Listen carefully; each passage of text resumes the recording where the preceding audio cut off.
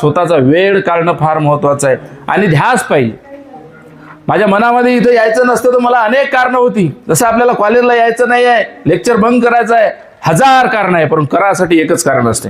म्हटलं येथे राष्ट्रीय सेवा योजना विशेष शिबिर आपण आयोजित केलं आहे आणि हे आयोजन होत असताना या देवीच्या प्रांगणात आपण या ठिकाणी हे शिबिर आयोजित करत आहोत. मागील 4-5 दिवसापासून आपलं शिबिर सुरू आहे. तर या शिबिराचे मुख्य संयोजक जाधव सर व तसेच मुख्य संयोजिका जगताप मॅडम आणि या कार्यक्रमाचे गावंडे सर की जे संपूर्ण व्यवस्थापन आणि इतर यामध्ये आपल्याला वेळोवेळी मार्गदर्शन विद्यार्थ्यांना करतच असतात. माझ्याकडं सरांनी मला 15-20 दिवसापूर्वीच एक विचारणा केली होती की सर आपल्या विद्यार्थ्यांना आपल्याला मार्गदर्शन करायचं आहे, तर त्यानिमित्त आपण MPSC करिता आपण या ठिकाणी हजर राहावं. खरं तर 12वीची आता परीक्षा चालू आहे. पेपर 2:10ला संपला. मी घरी करिअर आपल्या गायडन्ससाठी एक सुरुवात मी या ठिकाणी करतो आहे.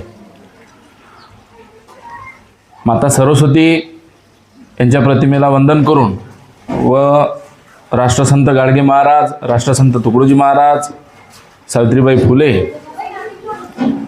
डॉक्टर बाबासाहेब आंबेडकर, छत्रपती शिवाजी महाराज या सगळ्यांना मी या ठिकाणी वंदन करतो आणि माझ्या 2 शब्दाला या ठिकाणी सुरुवात करतो. खरं तर आपल्याला MPSCचं मार्गदर्शन नेमकं कशा पद्धतीनं करावं आणि MPSC करत असताना किंवा आपण कुठल्याही स्पर्धेमध्ये आपल्याला टिकायचं असेल तर आपण नेमकं नियोजन कसं केलं पाहिजे. कारण विद्यार्थी म्हणून आपण ज्या वेळेला अभ्यास करत असतो किंवा दैनंदिन आपलं जीवन जगत असतो त्यावेळेला आपल्याला अनेक समस्यांना सामोरे जावं लागत असतं. आज आपल्याला घडवायचं असेल स्पर्धा काय आहे आणि स्पर्धा काय असते तर ते आपल्याला समजणं फार गरजेचं आहे. म्हणजे एवढ्या या विश्वामध्ये आपण स्पर्धा परीक्षेची ज्या वेळेला तयारी करतो त्यावेळेला आपण स्वतःमध्ये शोधत असतो. मग स्वतःमध्ये शोधत असताना आपण नेमकं आपल्याला नेमकं काय करायचं आहे तेच आपल्याला कळत नाही. येता 12वीचे आपण 6 तासिका घेतो. 6 तासिका घेतल्यानंतर मग आपण पाहतो की सडनली चेंजेस विद्यार्थ्यांमध्ये घडतात. मग असा नेमका काय बदल होतो. कारण आपण आपल्या करिअरशी ओरिएंटेड असताना नेमकं आपलं अवधान विचलित करण्याचे अनेक साधनं या जगामध्ये आहेत. मग हे अवधान विचलन म्हणजे काय. जसं एखादं आपल्या इलेक्ट्रिक बोर्ड असतं त्या ठिकाणी खतरा 440 व्होल्ट हा आपल्याला रेड कलरमध्ये दिलेला असतो. युगामध्ये आपण स्वतःशी शोधण्याचा प्रयत्न केला पाहिजे आणि ते करणं ही काळाची गरज आहे. मग आपण पाहतो की तुझं आहे तुझं पाशी परी तू जागा भुललाशी या उक्तीप्रमाणे म्हणजे एक कालखंड असा पाहिला आम्ही की आफ्टर 12 एवढं डोकं खाण्याची गरजच नव्हती. आफ्टर 12 80% मुलं सरळ 60% मुलं D.Edला जायची आणि त्यानंतर राहिलेली B.Ed करायची. त्यानंतर मग एकदम हायफायवाले मुलं इंजिनिअरिंग आणि मेडिकल क्षेत्रामध्ये जायची. त्या नांदेडला तर पूर्ण जत्रा आहे. 1.25 लाख विद्यार्थी तिथे आहेत. 1.25 लाख विद्यार्थ्यापैकी 1000 विद्यार्थी सक्सेस होतात. बाकीचे 1,20,000 कुठं गेले कोणालाच माहिती नाही. या स्पर्धेच्या युगामध्ये आहे. आपण आपल्याच्या परिस्थितीमध्ये दिग्रजचा एक राऊंड जरी मारला तरी त्या राऊंडमध्ये पोलीस भरतीसाठी झटणारे विद्यार्थी आपल्याला दिसतात. परवा मी एका BSCच्या विद्यार्थ्याला हितगुज केली कारण मला मुलांशी संवाद साधायला आवडतं. म्हटलं तुझं आता BSC झालं नंतर काय करणार आहे. सर म्हणते नंतर पोलीस भरती. म्हटलं पोलीस आपण हो काही डाऊट नाही आहे, परंतु पहिले PG पूर्ण करा. जसं आपल्याला भांग पाडायचं आहे तर समोर आरसा पाहिजे. जुन्या काळात B.Ed करत असताना जसं भांग करायचं आहे किंवा मेकअप करायचा आरसा असल्याशिवाय जमणार नाही. तसं आपलं हायर एज्युकेशन एकदा पूर्ण तर होऊ द्या. एकदा हायर एज्युकेशन आपलं पूर्ण झालं तर 1 लाख रुपये महिना कमावणं काही मोठी गोष्ट नाही आहे. MSc तुमचं जर फर्स्ट क्लास झालं, B.Ed फर्स्ट क्लास झालं, त्यानंतर नेट सेट आहे. आणि सांगतो तुम्हाला एक उदाहरण आहे. धीरज आडे नावाचा माझा स्टुडंट आहे. मागे आम्ही त्या ठिकाणी असंच आपल्या नवीन शैक्षणिक धोरणाच्या माहिती देण्यासाठी गेलो आणि तो स्टुडंट मला भेटला. 55-60% 65% असणारा परंतु समतल असणारा समान विचारसरणीने असणारा विद्यार्थी मला भेटला आणि मी त्याला विचारलं की तू इथे काय करतोय. तर त्याने सांगितलं सर मी या ठिकाणी माझं नेट सेट जे आहे मराठीमध्ये झालेलं आहे. 1000 रुपयापर्यंत प्रत्येक तास मिळतो. म्हणून आपला ध्यास आणि आपला अभ्यास ह्या दोनच गोष्टी आपल्याकडे पाहिजे. सकाळी उठल्यानंतर आपण काय केलं पाहिजे दैनंदिन जीवनामध्ये, मी रोज 1 तास स्वतःसाठी हा उपक्रम माझ्या चॅनलच्या माध्यमातून चालवत आहे. म्हणजे ही गोष्ट वारंवार का सांगावी लागत आहे? गाडगे बाबांनी सांगितलं, बाबा अंधश्रद्धा पाळू नका, शिक्षण घ्या, व्याजाचा पैसा काढू नका, अर्धपोट उपाशी राहा, चटणी भाकर खा, परंतु व्याजाचा पैसा काढू नका. या गोष्टी समाजाला आजही कळल्या नाही. त्याच अनेक गोष्टी आपल्या हातून चूक होत असतात. जो दैनंदिन आपण 1 तास द्यायला पाहिजे तो खरंच आपण देतो का? तो आपला 1 तास सकाळच्या आपल्या आपण जनरल नॉलेजला दिला पाहिजे, ज्याला MPSC करायचं आहे तो दिलाच पाहिजे आपण. त्यानंतर 1 तास हा दिल्यानंतर आपला मग दुपारचा वेळ कसा असेल, तर हा दुपारचा वेळ आपला जो मुख्य विषय असतो, कारण पहिला आपल्याला ऑब्जेक्टिव्ह करायचं आहे, ते गोल करायचं आहे, त्याचा पण सराव असतो. मग दुपारचा वेळ आपल्या मुख्य विषयाला आपण दिला पाहिजे. बरेचदा बोर तर होतच ना, बोरिंग हे सेक्टर फार मोठं आहे. एकदा आपल्या हातामध्ये जर मोबाईल आला तर स्क्रोल अप करता करता 2 तास कसे निघून जातात तेही आपल्याला कळत नाही. सगळ्यालाच माहित आहे वॉकिंगचे फायदे आहेत, अनेक फायदे आहेत, सगळ्या गोष्टी फायद्याच्या गोष्टी आपल्याला लेट कळतात.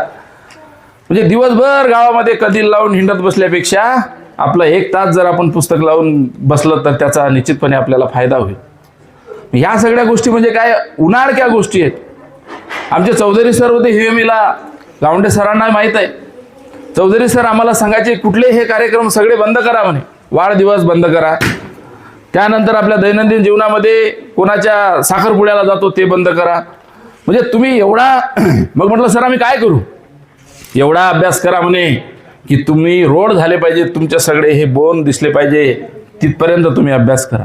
त्याचा मतलब काय होता? जर आपल्याला बॉडी बनवायची आहे, सकाळी 2 केळी खायची, रोज 1 अंडा खायचं, दूध घ्यायचं, प्रोटीन घ्यायचं, बॉडी बनेल आपली. परंतु अभ्यासच एवढा करा की नाकाचं हाड आपल्या दिसलं पाहिजे आणि शेजाऱ्याने म्हटलं पाहिजे पोरग अभ्यास करताय, कारण निंदकाचे घरं असावे शेजारी म्हणतो आपण. आपण बुलेट गाडी घेतली तर आपल्यावर जळणारे भरपूर असतात. मग या सगळ्या सिच्युएशनमध्ये आपल्याला आपला एनी हाऊ काही झालं तर मला जावं लागेल, तसंच तुम्ही एक ठरवा, एनी हाऊ मला MPSC पास व्हायचा आहे आणि या एवढ्या हजारो जागेमध्ये लक्ष्मी तुला एकच जागा घ्यायची आहे आणि ती जागा तू निश्चितपणे घेशील, फक्त तसा 6 तास अभ्यास तुला करावा लागेल. आता हे मुलं आम्हाला का आठवतात? त्यांच्याशी संपर्क नावानिशी आम्ही त्यांना ओळखतो, कारण की त्यांच्या अडचणी, त्यांचं काय आहे, विद्यार्थ्याशी संवाद, हितगुज हा फार महत्वाचा आहे. जसं कबड्डीमध्ये आपल्याला वाटत होतं त्यावेळेला की पहिला नंबर आपला आला पाहिजे, परंतु आपल्यापेक्षा समोरचे कॉम्पिटिशनला जास्त आहे. मग या 6 तास अभ्यास करण्यामध्ये मग आपल्याला मुळात आपण बेसिकच विसरतो आहे. आपल्या बेसिकमध्ये पाहतो आपण की आपल्याला आवश्यक असणारे जे विषय आहेत ते कुठले आहेत. मग 6वी ते 12वी पर्यंतचे जेवढे आपले विषय असेल ते आपल्याला अतिशय, जसा आपण कपडा ज्या वेळेला बरसातमध्ये तो धुतल्यानंतर त्याला पिरगाळतो आणि त्यामधलं पाण्याचा अंश कमी करण्याचा प्रयत्न करतो, तसाच आपला अभ्यासाच्या प्रती 6वी ते 12वी आपण पूर्ण डिटेल ज्या बाबी आहेत एक ना एक घटक उपघटक काय ते आपण अभ्यासले पाहिजे. सौदी सारखे पुस्तक आहेत जे आम्ही पण वाचलेले आहेत. मग ज्या वेळेला एखादा भूगोल येतो, नेमकी गोदावरी नदी निघते कुठून, कुठं जाते, किती राज्यात जाते, किती किलोमीटर वाहते, मग त्यामध्ये नाथसागरमध्ये कुठला तिचा डॅम आहे पैठणला, या सगळ्या गोष्टी पटपट आपल्या डोक्यासमोर त्या ठिकाणी येत असतात. म्हणून या सगळ्या याच्यामध्ये हा 6 तास अभ्यास करत असताना आपल्याला बोरिंग फार होतं. एक साधं उदाहरण मी यासाठी तुम्हाला दिलं की नेमकं आपण एखाद्या वाढदिवसाला जरी गेलो ना मित्रमैत्रिणीच्या, तर त्या वाढदिवसालाही आपला 2-2 तास वाया जातात. आणि तर नवीनच फॅशन आणली पोरांनी, अरे वाढदिवस तुझा आहे, तुझ्या घरी म्हणव. हे आपण वेस्टर्न कल्चर आपण ऍक्सेप्ट केलं आहे, त्याने आपला विकास होणार नाही. वाढदिवस आपला आज आपण या आहे अंबिका नगरातले वाढदिवस साजरा करतो, शास्त्री नगरातले पोरं करतात मानोरा चौकाच्या बायपासवर. हे काय याच्यातून आपण काय शिकणार आहोत? ते भंगार स्टेटस रोज ठेवल्यापेक्षा अभ्यास 6 तास करा, म्हणजे तुमचं स्टेटस उद्या लोक ठेवतील की नाही मॅडम बनल्या, सर बनले. मग या सगळ्या याच्यामध्ये इथं कुठंतरी आपल्याला वेळ दिल्याशिवाय होणार नाही. तबला वादक साधा बनतो तर तसा बनत नाही तो. कुंभाराला मडकं घडवत असताना अनेक मेहनती आहेत, त्याच्यामध्ये अनेक टेक्निक आहे, अनेक क्लुप्त्या आहेत. जसं आपण पाहिलं की बोरिंग हा जो सब्जेक्ट आहे ना, हा फार महत्त्वाचा आहे. प्रत्येकाला प्रत्येक विषयामध्ये एक ना एक तरी सब्जेक्ट भारी जातच असतो. असा कोणीच चक्रव्यूह तोडणारा नाही आहे. एक ना एक विषय कठीण जातो. आर्टवाल्याला इंग्रजीचं लय टेन्शन, पहिल्या त्याचं कसं होईल बापा, तुमच्यापेक्षा आम्हालाही टेन्शन, पोरं पास झाले पाहिजे, रिझल्ट लागला पाहिजे. जेवढं टेन्शन तुम्हाला तेवढं आम्हाला आहे. मग आता हे आपले 5-6 दिवस असे जात आहे, वर्षातून आमच्या वेळेला एकच BA ला एक्झाम व्हायची, आता 2-2 परीक्षा आहे. हे गेलं की ते फॉर्म भरा, ते गेलं की हे फॉर्म भरा, मग एखाद्याचा बॅक राहिला, तेच सगळं टेन्शन आहे. म्हणून आपले पर्सेंटेज, आपलं टेन्शन हे सगळं बाहेर सोडा, ते गंगेला नावू द्या आणि सगळ्या याच्यामध्ये मग नियोजन करा. 6 तास मी सांगितलं त्याप्रमाणे द्या आणि स्वतः पहिले ठरवा की मला नेमकं काय करायचं. त्यानुसार वेळेचं नियोजन, त्यानुसार वेळेचं बंधन आपल्यावरती असलं पाहिजे. पेपर वाचन आपलं असलं पाहिजे. आमचा तर विषय असा आहे राज्यशास्त्र, आम्हाला करंटमध्ये राहावंच लागतं. आज काय चाललं आहे, आज कुठली राजकीय घडामोड आहे, आंतरराष्ट्रीय काय घडामोडी आहेत, आणि आम्हाला ही तयारी करावी लागते.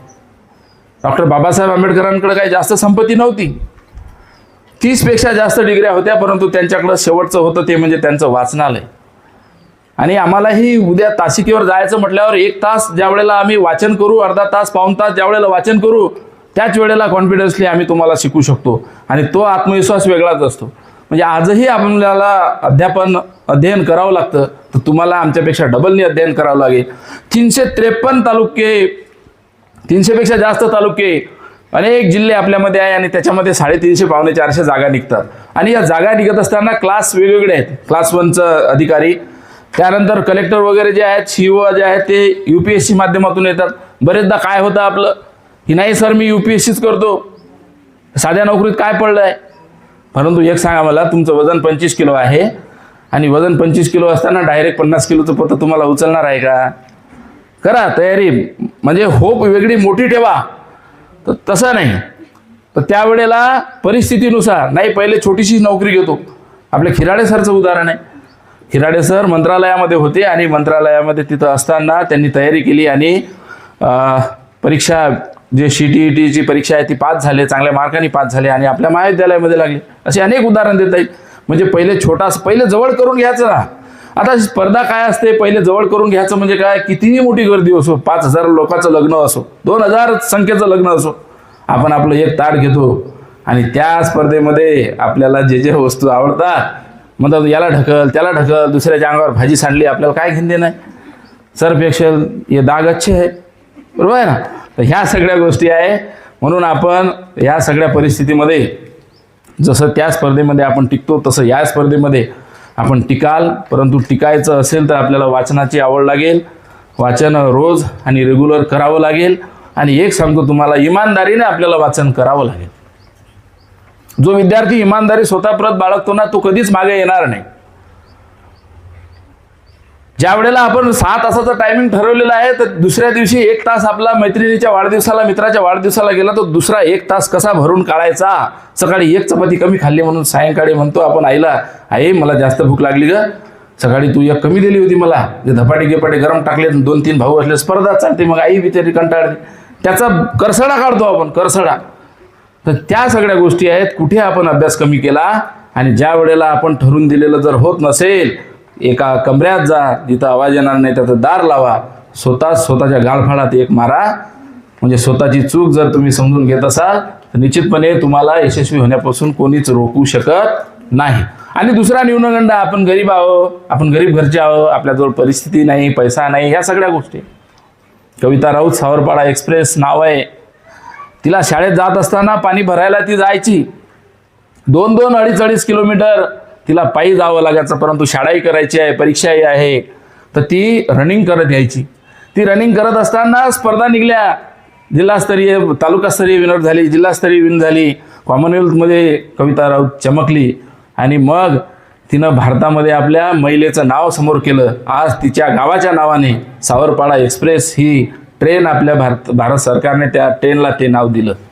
म्हणून स्पर्धा कितीही असो, यापेक्षा लोक काय करतात, उलटा प्रवाहाने पोहाचं शिका. बरेचदा पाहतो आपण वर्गामध्ये सर शिकवत आहे, 2-3 लोकांचं तर लक्षच नसते, बरोबर आहे. एखादा तिथल्या तिथं झोपून जातो चालू क्लासमध्ये वर्ग, असं अनेकदा होतं. मग आता 3च जण आहे, मी आतमध्ये जाऊन काय करू क्लासला. बरेचदा असं होतं 5च जण येतात.